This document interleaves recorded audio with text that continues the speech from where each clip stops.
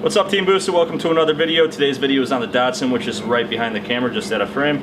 It's been about a week since we've done that, another video. Yeah, about a week. We had to go home for a wedding, so we got back and we're gonna get right back at it. Yeah, we got a few exciting parts to put on this. We got a solution to fix the cracking header problem. We're gonna get rid of that Chinese manifold once and for all. I know a lot of you guys hate that. We also have an electronic boost controller and a few other parts to put in there.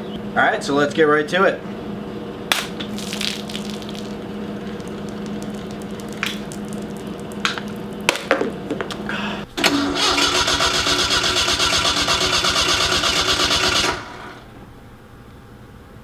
Relive old times, push this shit up a driveway.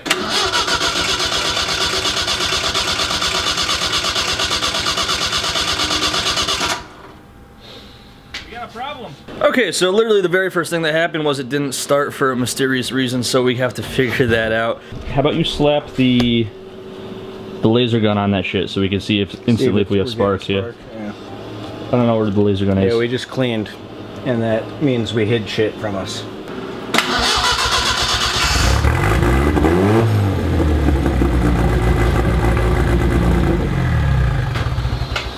Problem solved. It was literally nothing? Yep. Okay, good. Well, hopefully in the 30 seconds that it ran, it's not way too freaking hot to work on.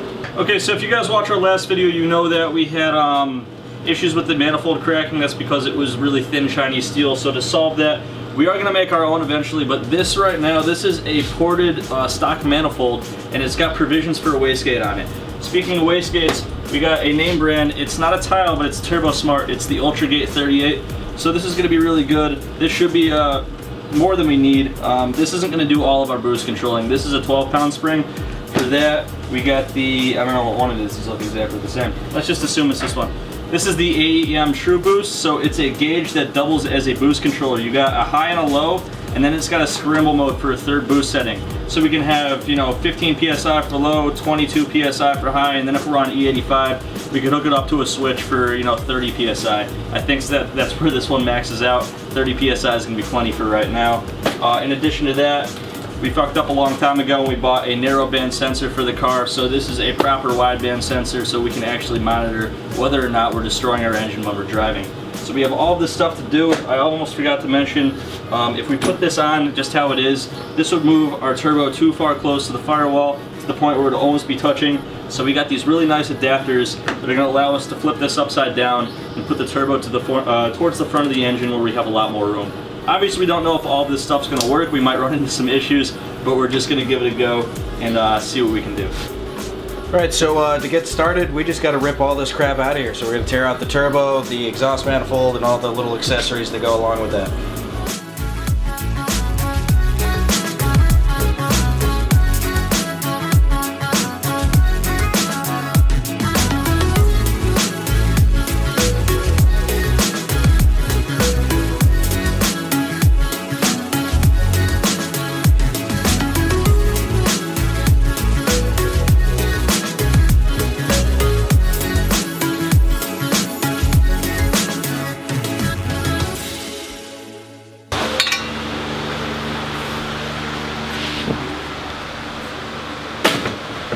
You did the right thing. That Chinese manifold could get out of our car and go directly into the trash. It is garbage. It belongs in the garbage.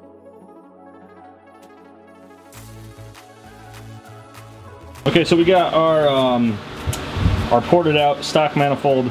It's flipped upside down right now, so the turbo's forward. The issue that we're running into is that the wastegate's too close to the alternator, so what's happening, you can see that right there. We could come through with a pipe here, but that would make this really hot. We don't want to do that. So what we're doing is Devin's making a relocation elbow, just out of a couple of flanges.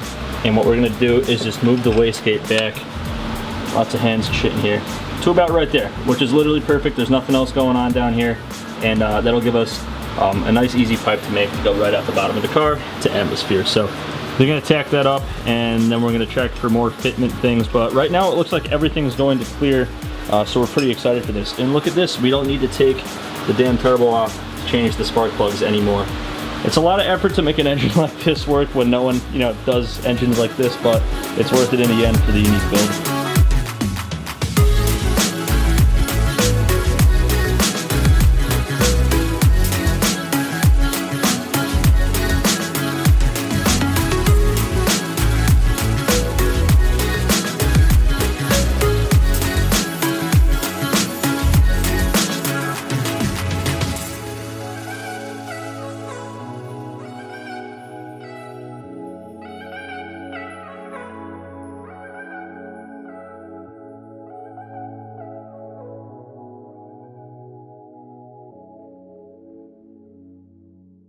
This is one of those things that we want to make run today for you guys. So this is where we're at right now. We're doing the little things off camera, like making brackets and whatnot. But all we really did was just put everything exactly how it is and clock the turbo. We have enough room for a 90 right here to go to the intercooler, so that's good. All I need to do is shorten this line a lot and lengthen the oil feed, which is this. No, that's coolant. I need to lengthen 2 lines. I need to shorten that one. And we got our 90 made. You saw that. You saw Devin welding that. So now the wastegate's right here in unoccupied space. That's good. Devin's making the dump pipe for that right now. Yeah. And then we're gonna have to remake our side exit. But this is a way better turbo position. It's farther away from the engine, and we can change spark plugs without taking off the turbo, which is awesome. And also balances the bay too. Yeah, and you know, this log, this manifold is literally cast iron indestructible shit, so nothing's going anywhere.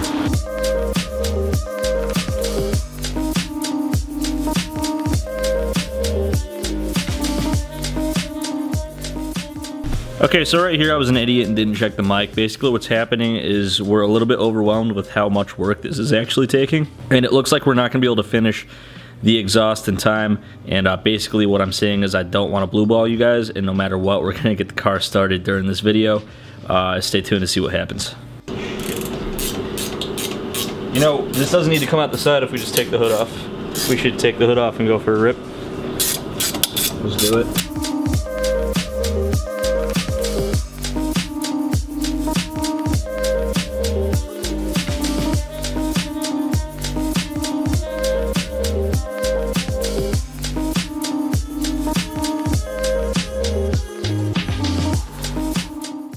Alright, first start, let's go.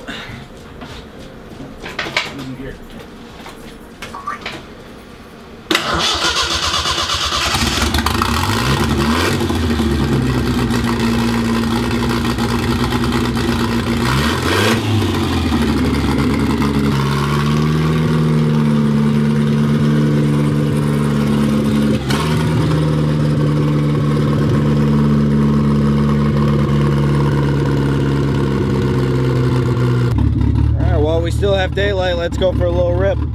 Make sure it doesn't explode.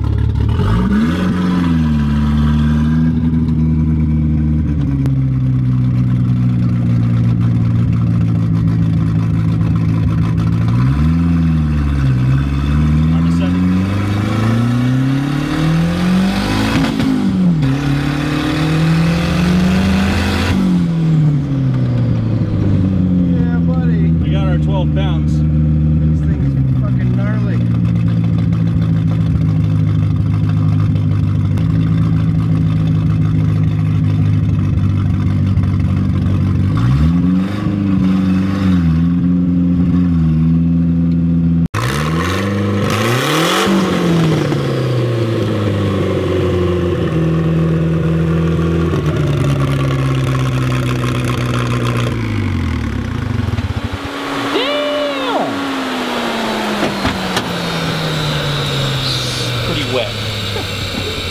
Alright guys, that's going to wrap this one up. We wanted to do a little bit more, but that honestly took way longer than we thought it was going to. We did hit, it's got a 12-pound spring and it is hitting 12 pounds. We expect it to be pretty consistent considering that's just a cast iron manifold.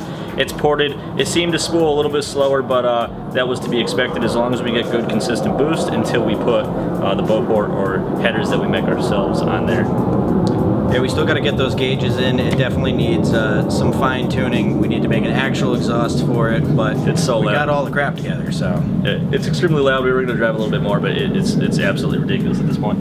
Devin's going to pick a winner for this video's giveaway. If you're unfamiliar with our channel, we give away products from boostedsheds.com every single video. Alright, this video's winner is Mr. Joe Dugan. Alright, you can hit us up at Teamboosted at boostedshades.com or through any of our social media pages. We will get back to you and ship you your prize.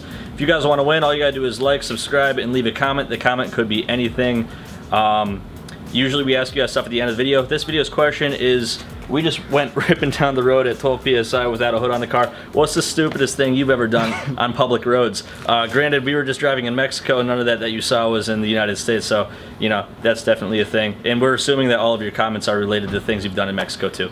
Yep, of course. As always, guys, thanks for watching. We'll see you next time.